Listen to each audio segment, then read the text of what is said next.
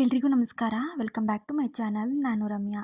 ಇವತ್ತಿನ ವಿಡಿಯೋದಲ್ಲಿ ಇವತ್ತು ಮೊಳಕೆ ಕಾಳು ಸಾಂಬಾರನ್ನ ಯಾವ ರೀತಿ ಮಾಡ್ತೀನಿ ಅಂತ ಶೇರ್ ಮಾಡ್ತಾ ಇದ್ದೀನಿ. ಸೊ ಎಲ್ಲೂ ಕೂಡ ಸ್ಕಿಪ್ ಮಾಡದೆ ವಿಡಿಯೋನ ಪೂರ್ತಿಯಾಗಿ ನೋಡಿ. ಇನ್ ಕೇಸ್ ವಿಡಿಯೋ ನಿಮ್ಗೆ ಇಷ್ಟ ಆಯಿತು ಅಂದರೆ ಪ್ಲೀಸ್ ಲೈಕ್ ಮಾಡಿ, ಶೇರ್ ಮಾಡಿ, ಕಮೆಂಟ್ ಮಾಡಿ, ಹಾಗೆ ನಮ್ಮ ಚಾನಲ್ನ ಸಬ್ಸ್ಕ್ರೈಬ್ ಮಾಡ್ಕೊಂಡು ನೋಡಿ ಅಂತ ಹೇಳ್ತಾ ಈ ವಿಡಿಯೋನ ಶುರು ಮಾಡ್ತಾ ಇದ್ದೀನಿ. ಮೊಳಕೆ ಕಟ್ಟಿದ ಕಾಳನ್ನ ತಿನ್ನೋದ್ರಿಂದ ಆರೋಗ್ಯಕ್ಕೆ ತುಂಬಾ ಒಳ್ಳೆಯದು.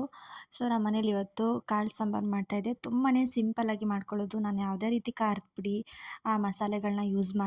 ನಮ್ಮ ಮನೆಯಲ್ಲೇ ಓನಾಗಿ ಮಸಾಲೆನ ಹುರ್ಕೊಂಡು ಮಾಡ್ತಾಯಿದ್ದೀನಿ. ಸೊ ತುಂಬಾ ರುಚಿಯಾಗಿರುತ್ತೆ. ನೀವೂ ಕೂಡ ಒಂದ್ಸಲ ಟ್ರೈ ಮಾಡಿ.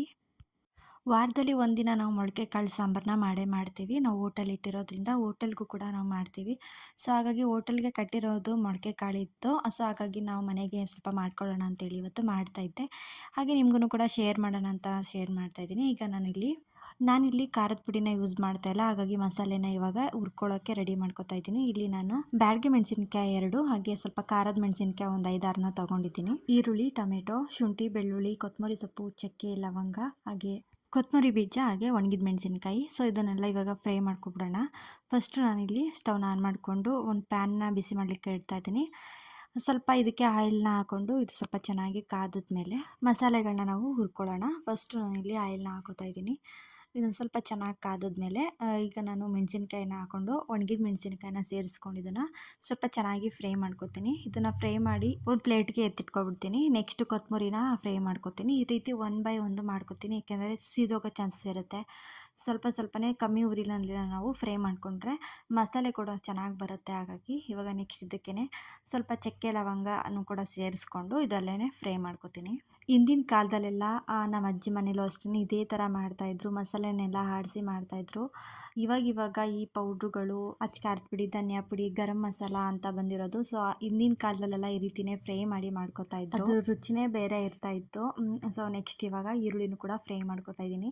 ಈ ರೀತಿ ನಾವು ಫ್ರೈ ಮಾಡಿ ಮಾಡೋದ್ರಿಂದ ಸಾಂಬಾರು ರುಚಿ ತುಂಬಾ ಚೆನ್ನಾಗಿರುತ್ತೆ. ಹಾಗೆ ಪರಿಮಳನೂ ಕೂಡ ತುಂಬ ಚೆನ್ನಾಗಿರುತ್ತೆ. ಹಾಗೆ ನಾನು ಇಲ್ಲಿ ಎಲ್ಲ ಒಟ್ಟಿಗೆ ಹಾಕಿ ಬೇಯಿಸ್ಕೊಳ್ತಾ ಇದ್ದೀನಿ.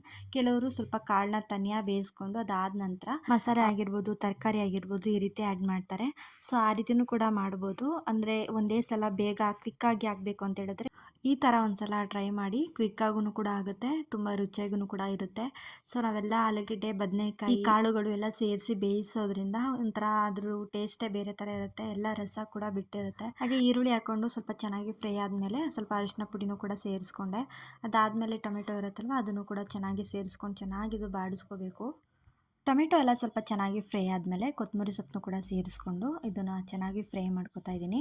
ಅದಾದ ನಂತರ ಇಲ್ಲಿ ಕಾಯಿ, ಹಾಗೆ ಸ್ವಲ್ಪ ಕಡಲೆನೂ ಕೂಡ ಸೇರಿಸ್ಕೊಂಡು ಇದನ್ನು ಎಲ್ಲ ಚೆನ್ನಾಗಿ ಫ್ರೈ ಮಾಡ್ಕೋಬೇಕು. ಈ ರೀತಿ ಫ್ರೈ ಮಾಡಿದ್ರೇ ಚೆನ್ನಾಗಿ ರುಚಿ ಬರೋದು. ಹಾಗಾಗಿ ನಾನು ಎಲ್ಲನೂ ಕೂಡ ಚೆನ್ನಾಗಿ ಫ್ರೈ ಮಾಡ್ಕೊಬಿಡ್ತೀನಿ. ಹಾಗೆ ಇವಾಗ ನಾವೇನು ಹುರಿದು ಫ್ರೈ ಮಾಡಿ ಎತ್ತಿಟ್ಕೊಂಡಿದ್ವಿ ಇದನ್ನು ಕೂಡ ಈ ಮಸಾಲೆನೂ ಹಾಕ್ಕೊಂಡು ಎಲ್ಲ ಸ್ವಲ್ಪ ತಣ್ಣಗಾಗೋದಕ್ಕೆ ಬಿಡ್ತಾ ಇದ್ದೀನಿ. ಅಷ್ಟರಲ್ಲಿ ನಾನಿಲ್ಲಿ ಆಲೂಗೆಡ್ಡೆ, ಬದನೆಕಾಯಿನ ವಾಶ್ ಮಾಡಿ ಇವಾಗ ಸಣ್ಣದಾಗಿ ಕಟ್ ಮಾಡ್ಕೊತೀನಿ. ಮತ್ತೆ ನಾನು ಕಟ್ ಮಾಡಿದ ನಂತರ ವಾಶ್ ಮಾಡ್ಕೊತೀನಿ, ಯಾಕೆಂದರೆ ಕಪ್ಪಾಗಿ ಬಂದ್ಬಿಡುತ್ತೆ. ಕಟ್ ಮಾಡಿ ಹಾಗೆ ಇಡೋ ಹಾಗಿಲ್ಲ. ಬದನೆಕಾಯಿ, ಆಲೂಗೆಡ್ಡೆನ ಅದನ್ನು ನೀರಿಗೆ ಹಾಕಿ ಇಡಬೇಕು. ಸೊ ಹಾಗಾಗಿ ಫಸ್ಟು ಆ ರೀತಿ ಅದರಲ್ಲಿರೋ ಒಂದು ಧೂಳೆಲ್ಲ ತೆಗೆದು ಕಟ್ ಮಾಡ್ಕೊತೀನಿ. ಅದ ನಂತರ ಮತ್ತೆ ನಾನು ವಾಶ್ ಮಾಡ್ಕೊತೀನಿ. ಫಸ್ಟ್ ನಾವು ಈ ರೀತಿ ಎಲ್ಲ ರೆಡಿ ಮಾಡಿ ಇಟ್ಕೊಂಡು ಅದಾದ ನಂತರ ನಾವು ಸಾಂಬಾರನ್ನ ಮಾಡ್ಕೊಳ್ಳೋದಕ್ಕೂ ಕೂಡ ಈಸಿ ಆಗುತ್ತೆ ಅಲ್ವಾ. ಸೊ ಹಾಗಾಗಿ ನಾನು ಇಲ್ಲಿ ಫಸ್ಟ್ ಎಲ್ಲ ಏನೇನು ಮಸಾಲೆ ಆಗಿರ್ಬೋದು, ತರಕಾರಿ ಆಗಿರ್ಬೋದು ಎಲ್ಲನೂ ಕೂಡ ಫಸ್ಟ್ ಈ ರೀತಿ ರೆಡಿ ಮಾಡಿ ಇಟ್ಕೊಂಡು ಅದಾದ ನಂತರ ನಾನಿಲ್ಲಿ ಸಾಂಬಾರನ್ನ ಮಾಡ್ಕೊಳ್ಳೋದಕ್ಕೆ ರೆಡಿ ಮಾಡ್ಕೊತೀನಿ. ಹಾಗೆ ಇಲ್ಲಿ ನೋಡ್ತಾ ಇರ್ಬೋದು, ಇದು ಬದನೆಕಾಯಿ ತೊಟ್ಟು. ಇದು ಸ್ವಲ್ಪ ಚೆನ್ನಾಗಿ ಫ್ರೆಶ್ ಆಗಿರುತ್ತೆ ನೋಡಿ, ಅಂಥದ್ದನ್ನು ಹಾಕಿದ್ರೆ ತುಂಬಾ ರುಚಿ ಕೊಡುತ್ತೆ. ಸ್ವಲ್ಪ ಎಲ್ಲ ಒಣಗೋಗ್ಬಿಟ್ಟಿತ್ತು, ಹಾಗಾಗಿ ನಾನು ಆ್ಯಡ್ ಮಾಡಲಿಲ್ಲ.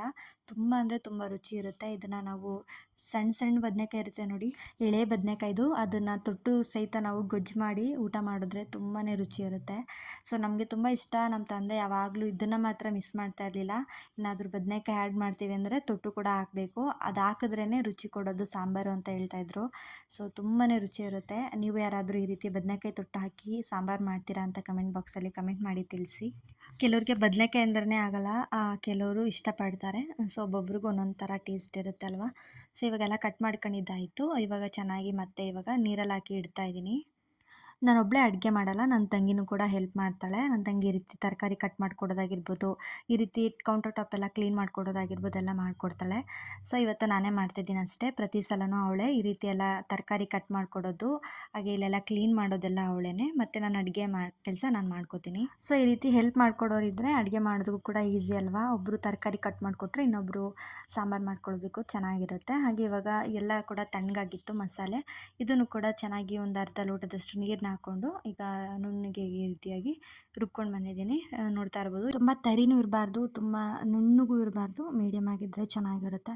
ಸೊ ಇವಾಗೆಲ್ಲ ರೆಡಿ ಮಾಡ್ಕೊಂಡಿದ್ದಾಯಿತು. ಹಾಗೆ ಒಂದು ಕುಕ್ಕರ್ನ ಇಟ್ಕೊಂಡಿದ್ದೀನಿ. ಕುಕ್ಕರ್ ಕಾದ್ಮೇಲೆ ಇವಾಗ ಸ್ವಲ್ಪ ಎಣ್ಣೆನ ಹಾಕೊಳ್ತಾ ಇದ್ದೀನಿ. ಎಣ್ಣೆ ಸ್ವಲ್ಪ ಬಿಸಿ ಆದಮೇಲೆ ಸ್ವಲ್ಪ ಸಣ್ಣ ಸಣ್ಣಕ್ಕೆ ಕಟ್ ಮಾಡ್ಕೊಂಡಿರುವಂತಹ ಈರುಳ್ಳಿನೂ ಕೂಡ ಸೇರಿಸ್ಕೊಂಡು ಇದನ್ನು ಚೆನ್ನಾಗಿ ಗೋಲ್ಡನ್ ಬ್ರೌನ್ ಬರೋವರೆಗೂ ಚೆನ್ನಾಗಿ ಫ್ರೈ ಮಾಡ್ಕೊತೀನಿ. ಸಪ್ರೇಟ್ ಯಾರಪ್ಪ ಮಾಡೋರು ಅಂತ ಹೇಳಿದ್ರೆ ಒಂದ್ಸಲ ಈ ಥರ ಟ್ರೈ ಮಾಡಿ. ಕಾಳು ಬೇರೆ ಮಸಾಲೆ ಮತ್ತು ಬೇರೆ ಹಾಕಿ ಬೇಯಿಸ್ಕೋಬೇಕು ಅಂತ ಸೀನೇ ಇಲ್ಲ, ಒಟ್ಟಿಗೆ ಹಾಕಿ ಬೇಯಿಸ್ಕೋಬೋದು. ಹಾಗಾಗಿ ಕಾಳು ನೋಡ್ತಾ ಇರ್ಬೋದು ತುಂಬ ಚೆನ್ನಾಗಿ ಮೊಳಕೆ ಬಂದಿತ್ತು. ಇಲ್ಲಿ ಅವರೆಕಾಳು, ಕಡಲೆಕಾಳು ಮತ್ತು ಹುಳ್ಳಿಕಾಳು ಎಲ್ಲನೂ ಕೂಡ ಸೇರಿಸ್ಕೊಂಡು ಮೊಳಕೆ ಕಟ್ಕೊಂಡಿದ್ವಿ. ತುಂಬ ರುಚಿಯಾಗಿ ಬರುತ್ತೆ, ಆರೋಗ್ಯಕ್ಕೂ ಕೂಡ ತುಂಬ ಒಳ್ಳೆಯದು ಅಲ್ವಾ. ಸೊ ಹೆಲ್ತ್ ಬೆನಿಫಿಟ್ಗೋಸ್ಕರ ಈ ರೀತಿ ಎಲ್ಲ ನಾವು ಮಾಡ್ಕೊಂಡು ತಿಂತಾ ಇದ್ರೆ ಹೆಲ್ತ್ಗೂ ಕೂಡ ಒಳ್ಳೆಯದು ಅಲ್ವಾ. ಸೊ ಹಾಗಾಗಿ ಮೊಳಕೆ ಕಾಳುಗಳನ್ನ ತಿಂತಾ ಇರಬೇಕು.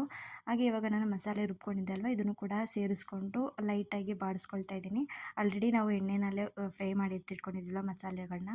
ಸೊ ಹಾಗಾಗಿ ಏನು ಅಷ್ಟು ಫ್ರೈ ಮಾಡೋ ಅವಶ್ಯಕತೆ ಇಲ್ಲ, ಲೈಟಾಗಿ ಫ್ರೈ ಮಾಡಿಕೊಂಡ್ರೆ ಆಗುತ್ತೆ. ಹಾಗೆ ನೀರನ್ನ ಸೇರಿಸ್ಕೊಂಡು ರುಚಿಗೆ ತಕ್ಕಷ್ಟು ಉಪ್ಪನ್ನ ಸೇರಿಸ್ಕೊಂಡು ನಮಗೆ ತೆಳು ಬೇಕಾದರೆ ತೆಳುವಾಗಿ ಮಾಡ್ಕೋಬೋದು, ತುಂಬ ಗಟ್ಟಿ ಬೇಕು ಅಂದರೂ ಗಟ್ಟಿಗೂ ಮಾಡ್ಕೋಬೋದು. ಸ್ವಲ್ಪ ತೆಳುವಾಗಿದ್ರೇ ಸಾಂಬಾರು ಚೆನ್ನಾಗಿರುತ್ತೆ, ಹಾಗಾಗಿ ಸ್ವಲ್ಪ ತೆಳುವಾಗಿಯೇ ಮಾಡ್ಕೋತಾ ಇದ್ದೀನಿ. ಹಾಗೆ ಇಲ್ಲಿ ಆಲೂಗೆಡ್ಡೆ ಬದನೆಕಾಯಿನ ಕಟ್ ಮಾಡ್ಕೊಂಡಿದ್ದೆ ಅಲ್ವಾ, ಅದನ್ನು ಕೂಡ ಸೇರಿಸ್ಕೊಂಡು ಚೆನ್ನಾಗಿ ಈ ಥರ ಮಿಕ್ಸ್ ಮಾಡಿಕೊಂಡು ಒಂದು ಸ್ವಲ್ಪ ನೀರನ್ನ ಸೇರಿಸ್ಕೊತಾ ಇದ್ದೀನಿ. ಏಕೆಂದರೆ ತೆಳ ಇರಬೇಕು, ಸಾಂಬಾರು ತುಂಬಾ ಚೆನ್ನಾಗಿರುತ್ತೆ.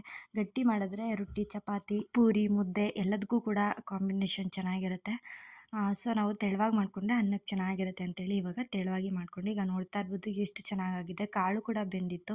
ಆಲೂಗೆಡ್ಡೆ ಬದನೆಕಾಯಿನೂ ಅಷ್ಟೇ ತುಂಬ ಬೆಂದು ಕಲಸೋಗ್ಬಿಡುತ್ತೆ ಅನ್ನೋದೇನಿಲ್ಲ, ಕರೆಕ್ಟಾಗಿ ಬೆಂದಿತ್ತು. ನಾನಿಲ್ಲಿ 4 ವಿಸಿಲ್ನ ಕೂಗಿಸ್ಕೊಂಡಿದ್ದೆ. ಸೊ ಕಾಳು ಕೂಡ ಕರೆಕ್ಟಾಗಿ ಬೆಂದಿತ್ತು, ತುಂಬಾ ಚೆನ್ನಾಗಿ ರುಚಿಯಾಗಿತ್ತು. ಸೊ ನೋಡಿದ್ರಿ ಅಲ್ವಾ, ಅದು ಎಷ್ಟು ಸಿಂಪಲ್ಲಾಗಿ ಮೊಳಕೆ ಕಾಳು ಸಾಂಬಾರನ್ನ ಒಟ್ಟಿಗೆ ಮಾಡ್ಕೊಳ್ಳೋದು ಅಂತೇಳಿ. ಸೊ ಈ ವಿಡಿಯೋ ನಿಮ್ಗೆ ಇಷ್ಟ ಆಗಿದೆ ಅಂತ ಭಾವಿಸ್ತೀನಿ. ಖಂಡಿತವಾಗ್ಲೂ ಈ ರೆಸಿಪಿನ ಟ್ರೈ ಮಾಡಿ ಅಂತ ಹೇಳ್ತಾ ಈ ವಿಡಿಯೋನ ಇಲ್ಲಿಗೆ ಎಂಡ್ ಮಾಡ್ತಾ ಇದ್ದೀನಿ. ಮುಂದಿನ ವಿಡಿಯೋದಲ್ಲಿ ಸಿಗ್ತೀನಿ. ಅಲ್ಲಿವರೆಗೂ ಕೀಪ್ ವಾಚಿಂಗ್. ಇದೇ ಥರ ಸಪೋರ್ಟ್ ಮಾಡ್ತಾ ಇರಿ. ಯಾರೆಲ್ಲ ಕೊನೆಯವರೆಗೂ ವಿಡಿಯೋ ನೋಡಿದ್ದೀರಾ ಎಲ್ರಿಗೂ thank you so much. Like ಮಾಡಿ, ಶೇರ್ ಮಾಡಿ, ಕಮೆಂಟ್ ಮಾಡಿ. Thank you for watching.